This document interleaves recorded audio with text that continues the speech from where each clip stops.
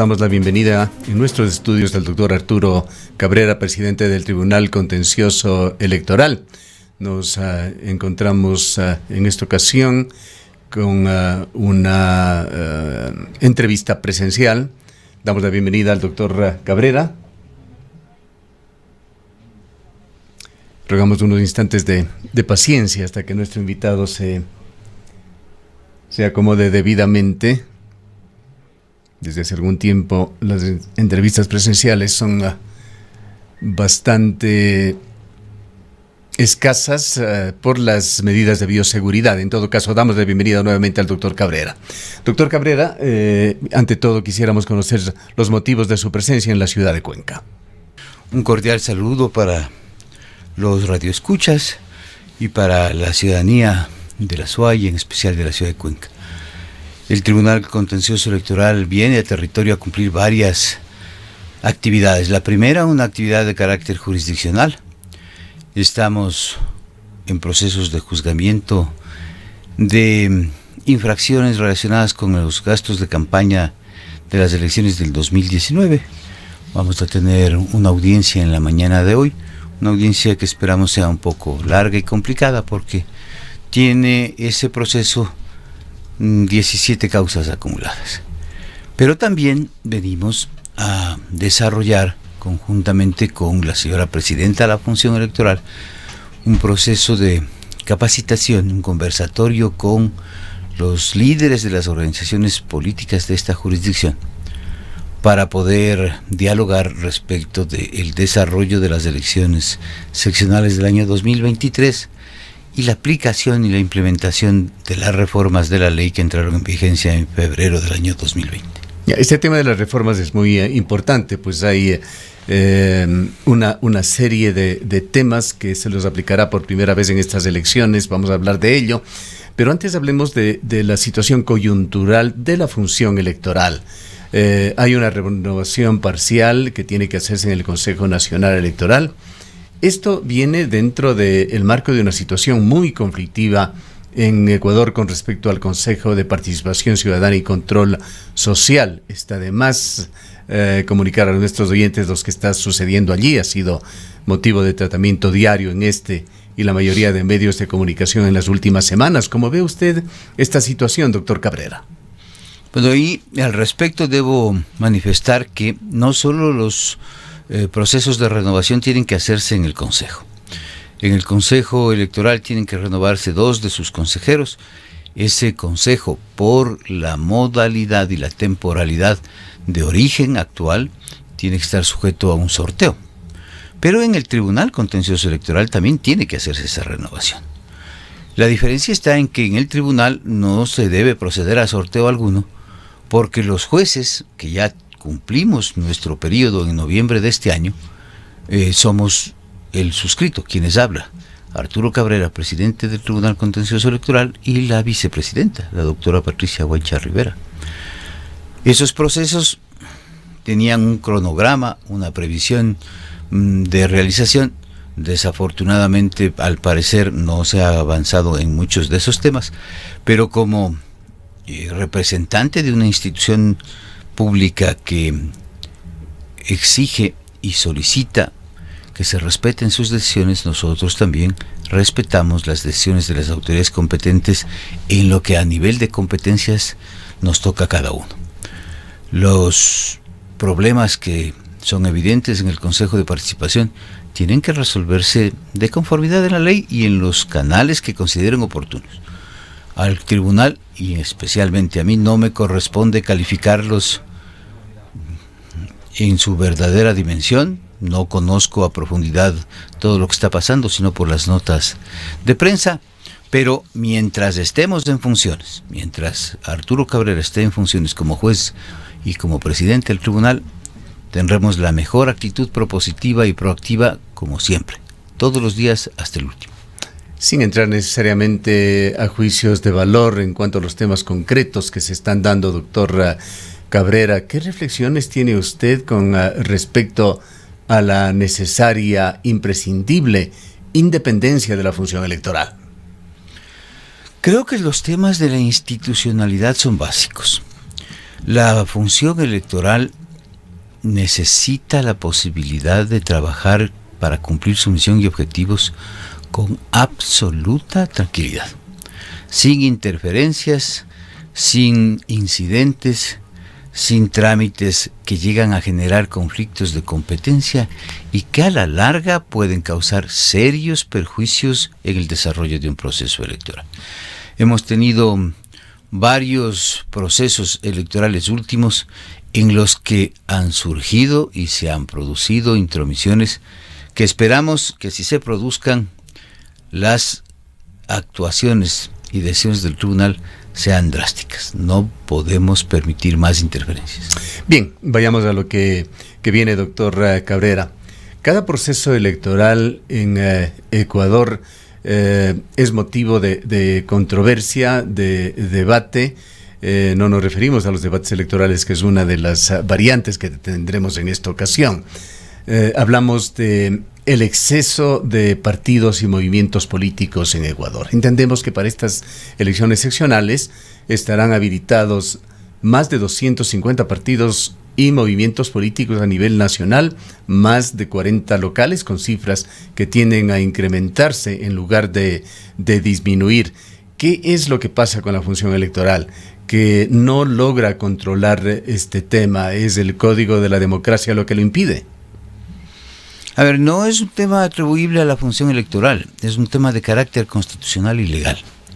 La Constitución del Ecuador tiene un eje transversal que constituye la participación, los derechos de participación, la libertad de organización y el respeto a la posibilidad de ejercer el derecho de oposición. La Constitución reconoce cualquier forma de organización, señor periodista. Yo no pretendo decir que la fortaleza de la democracia pase por fortalecer los partidos políticos cuantitativamente. Yo estoy convencido de que la democracia se fortalece fortaleciendo los partidos, desde luego. En el Ecuador, la presentación de candidaturas es privilegio exclusivo de las organizaciones políticas. Lo que sí sucede es que, con datos verificados hasta el 15 de este mes, en el Ecuador existen reconocidos 268 organizaciones, pero todavía no empezamos ni siquiera el trámite de legalización e inscripción de las nuevas. Permítame hacerle solo una reflexión muy simple. Tengo entendido que aquí en Cuenca, en la provincia de La Suay, tal vez de las 10 organizaciones políticas que pretenden ser incorporadas, tan solo 2 lo logren. Pero hagamos ese cálculo a nivel general. Supongamos que solo se incrementen 2 organizaciones políticas por provincia. Eso significa 48 organizaciones más a las 268 que ya existen. Lo que implicará, en mi cálculo no oficial, que van a participar más de 300 organizaciones políticas. Y eso, señor periodista, va a generar una complicación muy grande, porque en mi criterio las posibilidades de que las candidaturas superen las 90,000 son muy probables. Hablando justamente de este tema, doctor Cabrera, ¿qué pasa con los partidos y movimientos eliminados? Hemos visto un ir y venir en este tema, partidos y movimientos que son sancionados, que son eliminados porque no lograron las votaciones mínimas por un lado, o porque cometieron ciertas infracciones, pero que apelan y vuelven nuevamente a adquirir personería jurídica y la posibilidad de participación. ¿Qué sucede nuevamente con esto? La tendencia en general es a tener cada vez más opciones que ya en el balance general realmente no contribuyen a la democracia. Primero que nada, hay que establecer que ese derecho de participación garantizado en la Constitución tiene que ser viabilizado por todas las autoridades de carácter público. Las organizaciones políticas se dan con la visión, muchas veces, de una máxima no escrita en lo electoral, que es: si tienes tu propia organización, no te imponen candidaturas, las negocias. Y en el Ecuador ese es un fenómeno que se da como usted afirma, todos los procesos electorales en función de los liderazgos y de los cacicazgos regionales.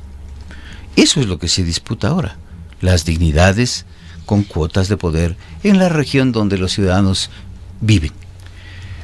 Por esa razón, la creación de las organizaciones políticas están sujetas a un trámite. Los derechos políticos pueden ser limitados a través de las leyes. Pero también la capacidad de reacción del Estado debería tener la misma agilidad. Y me refiero a que la Constitución garantiza los derechos de participación, garantiza la creación de estas entidades públicas no estatales que son las organizaciones políticas, pero también prevé las razones para su extinción. El inconveniente más grave en todo esto es que la propia ley establece una temporalidad sujeta a la realización de 2 procesos de elecciones pluripersonales de la misma condición, pues pluripersonal. Entonces, si un movimiento se crea este año para participar en las elecciones del 2023 y no obtiene ni los porcentajes ni los umbrales previstos en la ley, tenemos que esperar otro proceso, el del 2025, para que si esa organización política no los obtiene los porcentajes o los umbrales, se inicie el proceso de su extinción. Recientemente, doctor Cabrera, estuvimos dialogando en esta emisora con el ex legislador Diego Ordóñez, quien renunció a la Asamblea en el marco de una protesta, diríamos, una acción de protesta. Expresó su decepción con el sistema político, con la calidad de los actores políticos tras su paso por la Asamblea, por la legislatura. Él señalaba, entre otras cosas, que en el mundo no hay 300 ideologías diferenciadas, que se pretende presentarlas aquí en Ecuador con tanto partido y movimiento. La cuestión es qué hacer al respecto. Este es un criterio exclusivamente personal, señor periodista. No podemos quejarnos de la sociedad que tenemos cuando somos partes de la toma de decisiones. Los ciudadanos tenemos la mejor herramienta de poder, que es el voto. Y luego de las elecciones no podemos quejarnos de la conformación que tenemos en la Asamblea. Somos nosotros los que les ponemos ahí. Las organizaciones políticas, y mucho menos los candidatos, y menos los que llegan a la elección popular a ocupar un cargo en la Asamblea, pueden quejarse del ordenamiento político. ¿Cuántas veces levantaron la mano las personas o el personaje que usted menciona para proponer en la Asamblea una reforma legal que imponga candidatos mayores para ser asambleísta, que imponga requisitos mayores para el cumplimiento de umbrales de los partidos políticos y llegar a 7, a 10? ¿Cuándo levantó la mano para decir en el Ecuador deberían existir 10 partidos políticos? Pero este sistema electoral que usted defiende, doctor Cabrera, tiene otros detractores, y detractores, diríamos, muy calificados. Hablamos del doctor Gustavo Vega, expresidente del Consejo Nacional Electoral. Él, en un diálogo tras haber terminado su periodo, una de las declaraciones que dio fue en el sentido de que las últimas elecciones, refiriéndose a varias en sucesión, habían sido una pantomima en Ecuador. Debería dar la cara y responder por sus dichos. Yo soy funcionario electoral desde hace muchos años. He sido consejero suplente del Consejo Nacional Electoral, a pesar de que en esa dignidad no tuve la posibilidad de actuar. Y soy juez desde hace muchos años. Y el tema no es que las elecciones fallen. El tema es cómo se concibe la política. Porque quieren hacer, hasta hace 20 días, hubo un grupo de ciudadanos que pretendió presentar una reforma electoral para ser tramitada en 10 días, pensando en cosas que deberían tener otra dimensión. La reforma política en el Ecuador, señor periodista, tiene que alejarse de 3 cosas básicas: de nombres de personas específicas, de colores de una organización política y de números. O sea, no podemos pensar en una reforma política que permita que tal persona sea el próximo presidente. No podemos pensar en una reconformación de la Asamblea pensando en que lo vamos a solucionar en menos de 2 años. Las reformas políticas, la reforma al Código de la Democracia debería ser pensada en una temporalidad de al menos 8 años para ser tramitada de manera consensuada con la participación de todos los actores posibles, para no generar normas que terminan siendo inaplicables o que tienen sectores oscuros o que resultan vacías. Yo veo con muchas expectativas a veces a personajes que han pasado por la función electoral, pero que si usted regresa a ver, cuando estaban ejerciendo el cargo, nunca tomaron una decisión de carácter importante. Doctor Cabrera, ¿cómo está el tema presupuestario para estas elecciones? No sabemos si la expectativa o el techo que se tiene es de 116 millones de dólares, que entendemos se estaba articulando con el Ejecutivo. Ese es un tema delicado, señor periodista, y quisiera que me permita manifestarle. Parece que en el Ecuador existen inclusive 2 generaciones que no recuerdan o simplemente no saben todo lo que le costó al Ecuador recuperar la democracia. Entonces estamos en un proceso de desafección con los procesos democráticos y con el fortalecimiento de la institucionalidad de los órganos electorales, que les llevan al menosprecio o a subestimar el trabajo realizado. Las elecciones no se hacen en un día y requieren la participación efectiva de un montón de actores. Los gobiernos tienen que garantizar la paz y la tranquilidad ciudadana para que las elecciones se realicen. Los órganos electorales tenemos que cumplir nuestra misión y nuestros objetivos de manera oportuna, transparente, independiente, dando certezas. Las organizaciones políticas tienen que asumir el papel que les corresponde. Los ciudadanos tenemos que entender que la mejor herramienta de poder está en nuestras manos, el voto. Pero las autoridades, y esto lo digo porque yo he venido haciendo este reclamo aproximadamente casi 3 años ya, deben comprender que las elecciones, para ser efectivas y garantizar en los términos previstos en la Constitución y la ley, requieren recursos de infraestructura. Desafortunadamente, ese nivel de comprensión no los encontramos en las autoridades económicas, especialmente, puedo decirlo, del gobierno anterior. Con este gobierno yo he tenido la posibilidad de solicitar la intervención de equipos técnicos que están trabajando, pero la línea de análisis es la que me preocupa. Señor periodista, usted debe recordar, las elecciones del 2019 se hicieron, se cumplieron, pero después vino la pandemia. Y en la pandemia, todos los presupuestos de todas las instituciones, yo soy el más consciente de eso, no se ejecutaron ni siquiera el 50%, ni siquiera el 50%, porque fue imposible. No podíamos ni siquiera movilizarnos.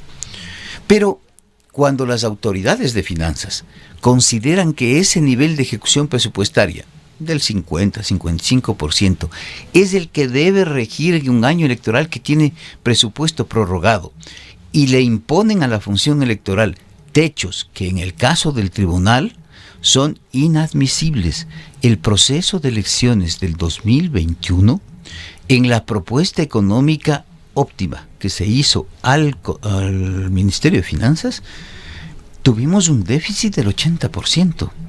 Porque es cierto, o sea, si yo pido, simplemente para garantizar el cálculo matemático, si yo pido 1 millón y me dicen, no señores, que usted el año pasado ejecutó el 50%, le puedo dar 500, pero sabemos que lo que se necesita es 1 millón, ese déficit ya me afecta. En el año ¿Cómo cubrieron ese déficit? No pudimos cubrirlo. Tuvimos que buscar ayuda internacional hasta para comprar papel. Los equipos de computación, los equipos informáticos del tribunal se compraron la última vez en el año 2009. Han pasado 12 años, 13 años sin renovarlos. Mire, yo tengo una administración de justicia, una institución de administración de justicia que tiene jurisdicción nacional. Somos 5 jueces, trabajamos en una sola oficina que tenemos en Quito, pero yo tengo que juzgar hasta en el último rincón del país. Y para garantizar los derechos del debido proceso, es mi obligación hacerle conocer al supuesto infractor o al involucrado en un proceso contencioso electoral a través de los 5 medios de impugnación que atendemos, que existe eso, y tengo que citarle. Y para citarle necesito mandarle a los citadores a donde esté. a donde se encuentre, a donde tenga el domicilio. Pero si en el presupuesto electoral, con los techos que me imponen, me quitan viáticos, pasajes, gasolina y mantenimiento vehicular, y no me dan para contratar los citadores, ¿cómo inicio los procesos? Y ahora, doctor Cabrera, para este proceso, ¿los 116 millones de dólares son suficientes? Yo puedo hablarle tranquilamente del presupuesto electoral, que en apreciación, para cubrir todo en el área de justicia electoral, se requieren 4.600.000 dólares. Los techos arrastrados desde el año 2020, los techos que se pusieron en el año 2021, pretenden ser impuestos ahora para la elección del 2022, que es un año electoral, y nos pretenden decir que con 3 millones tenemos más que suficiente. Eso es absurdo. Vamos a tener problemas. Quiero solo hacerle un ejemplo muy comedido, señor periodista, para que entendamos la dimensión de esto. Tenemos 200, vamos a superar las 300 organizaciones políticas.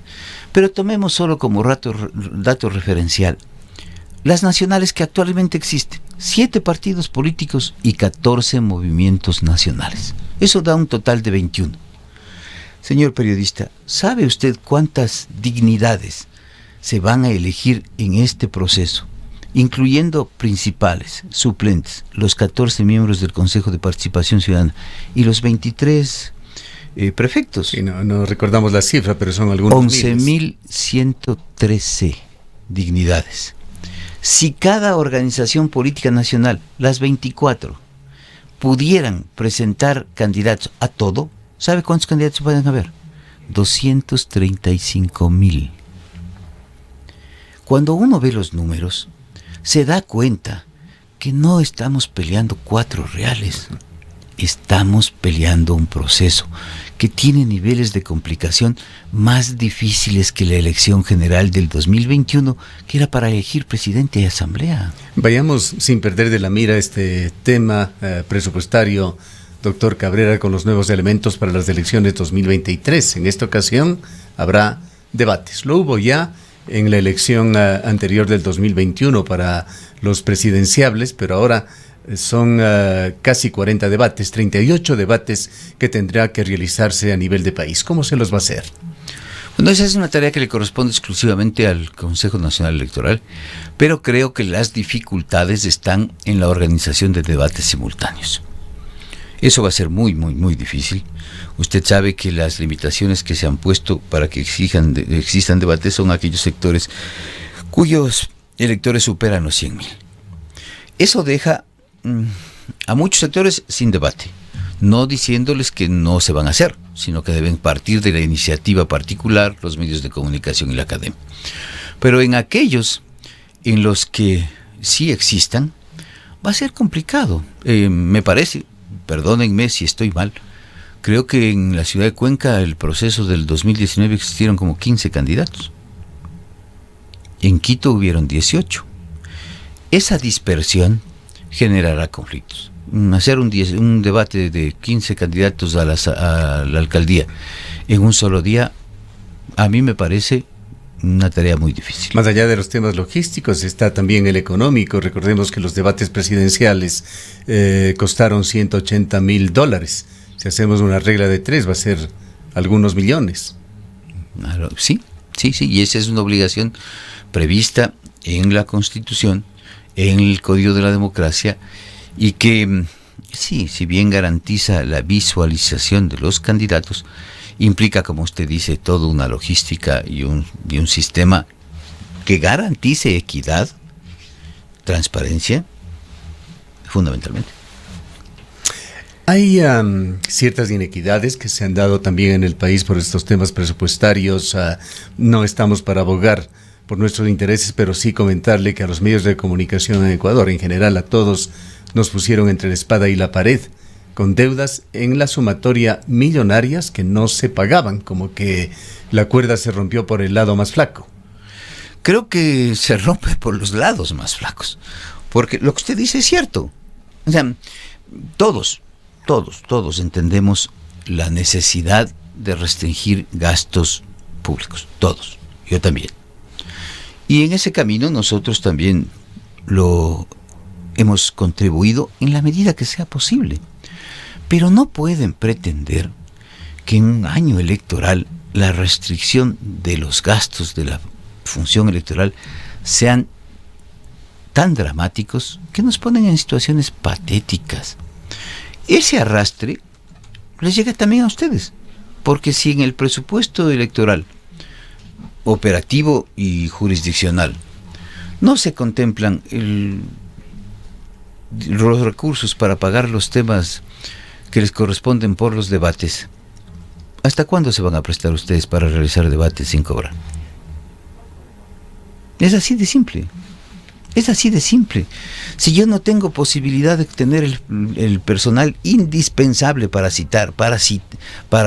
tramitar un proceso, y eso me impide hacer a tiempo, ¿qué es lo que van a decir? ¿Que estamos conspirando contra la democracia? ¿Que estamos buscando el fraude?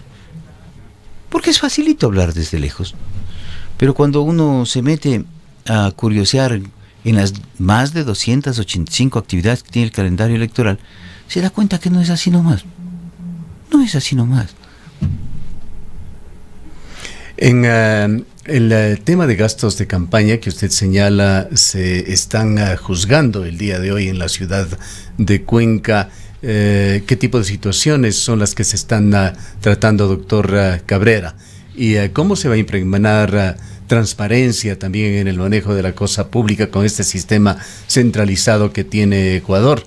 Aquí en este medio de comunicación y en la anterior emisora que tuvimos, Ondas de Soyes, que tuvo que cerrarse en parte por las gigantescas deudas que acumuló con el Consejo Nacional Electoral, entre otras dificultades.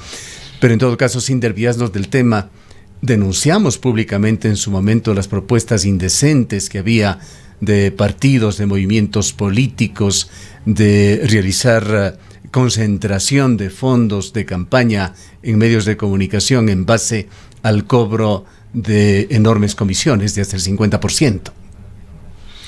Esa es la diferencia entre el ser y el deber ser, porque de estos temas también queremos hablar en el conversatorio que vamos a tener el día de mañana con las organizaciones políticas, porque se dan cosas que a veces uno no comprende. Mire, ahora estamos juzgando gastos de campaña del 2019. Y se juzgan así porque en la ley existe un plazo que le da a la administración electoral 2 años para hacer la investigación. Y fruto de eso después se presentan las denuncias. Pero yo he tenido en estos procesos la posibilidad de acumular 70 causas en contra de la misma persona, porque era el responsable del manejo económico de una organización política, una sola persona, el responsable del manejo económico de todas las candidaturas. Y usted sabe quiénes son las personas que buscan o se prestan o se escogen para desempeñar el cargo de responsable del manejo económico. Y desafortunadamente esa realidad, que es inaceptable, es generada por los propios partidos políticos, por los movimientos y organizaciones políticas que se crean de manera coyuntural y que, si el candidato no gana, no vuelven a aparecer, nunca tienen contacto con los responsables económicos, o si ganan, tampoco se acuerdan. Entonces, como ahora existe una reforma electoral que obviamente no rige para el proceso de juzgamiento que vengo a hacer hoy día, pero que sí regirá para el del 2021 y el que viene, ahí los responsables son el responsable del manejo económico, el representante legal y el candidato. Porque al candidato, si bien no le van a llegar las sanciones de suspensión de derechos de políticos, sí le va a llegar la solidaridad por la multa. Ahora quiero verles a los candidatos y a los representantes de los partidos y movimientos políticos el dejar abandonado a un pobre ciudadano que acepta ser responsable de México, ¿no?, con 70 dignidades. Dese cuenta. El tiempo lamentablemente se nos agota, doctor Cabrera. Hay muchos temas que tendríamos para desarrollarlo con usted, pero concentrémonos en esta última instancia en los cambios que veremos en estas elecciones, a más de los debates. Entendemos que el Consejo Nacional Electoral, la función electoral, ha emprendido en un proceso de entrenamiento, si cabe el término, en las distintas provincias, iniciándose en Morona, Santiago, y esto se replicará en las diversas provincias del país, para preparar a los dignatarios de cada uno de los consejos electorales provinciales a estar listos para estas elecciones. ¿Cuáles son los principales elementos nuevos en el marco de esta campaña y estas elecciones desde el 2023?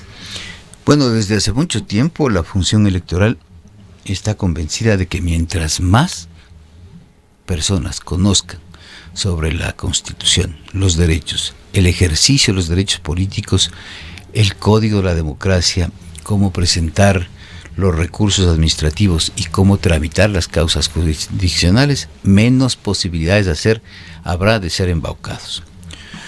Con esa visión, tengo que decirle que la democracia en el Ecuador, desde hace más o menos casi 20 años, nos ha ido llevando a la costumbre de que las candidaturas sean paritarias,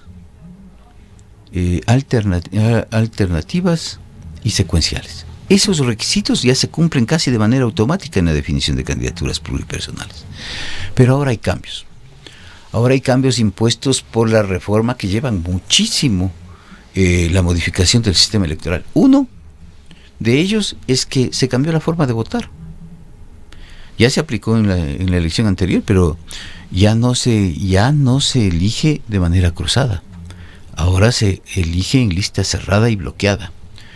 Si bien eso modifica la posibilidad de escoger, genera un efecto inmediato, que es la representación de las mujeres en los cuerpos colegiados.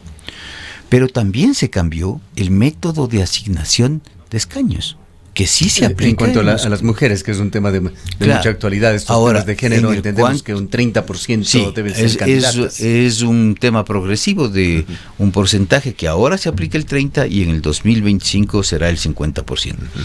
También debe cumplirse el encabezamiento de listas, que ya dijimos el 30%, y la inclusión de los jóvenes. La inclusión de los jóvenes en un 25%.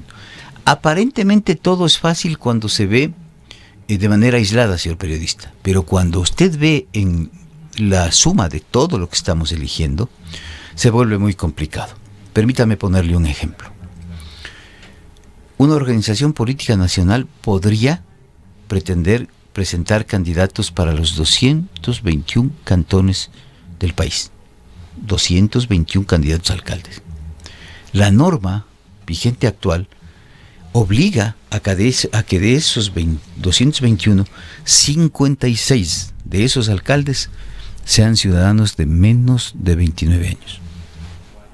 Entonces la pregunta es, ¿las organizaciones políticas están preparadas para eso? ¿Su sistema o su previsión de renovación del liderazgo y de capacitación de sus representantes está listo? De todos esos temas queremos hablar con la anticipación necesaria, porque no pueden creerse las organizaciones políticas que van a poder cumplir los procesos de elección interna, que son una obligación legal, si no las organizan con todo el tiempo del mundo. Si pretenden hacerlo en la última semana, no van a poder, no van a avanzar. Y de las experiencias buenas y malas que deja un proceso electoral, tenemos que aprender que ya hemos tenido 2 procesos en los que las campañas electorales no pudieron realizarse en términos de equidad por la cantidad de recursos administrativos y jurisdiccionales que se interpusieron y que llevaron a que no se califiquen en su tiempo las candidaturas. Gracias, doctor Cabrera, por su presencia. Ojalá podamos contar con su presencia el día de mañana, porque lo que intentamos hacer desde la función electoral, desde el Tribunal Contencioso Electoral, es abrir un diálogo absolutamente cordial, tranquilo, sin límites, sin restricciones, en base del respeto, pero diciéndonos la verdad, sin miedos. Gracias nuevamente al doctor Arturo Cabrera, él es presidente del Tribunal Contencioso Electoral.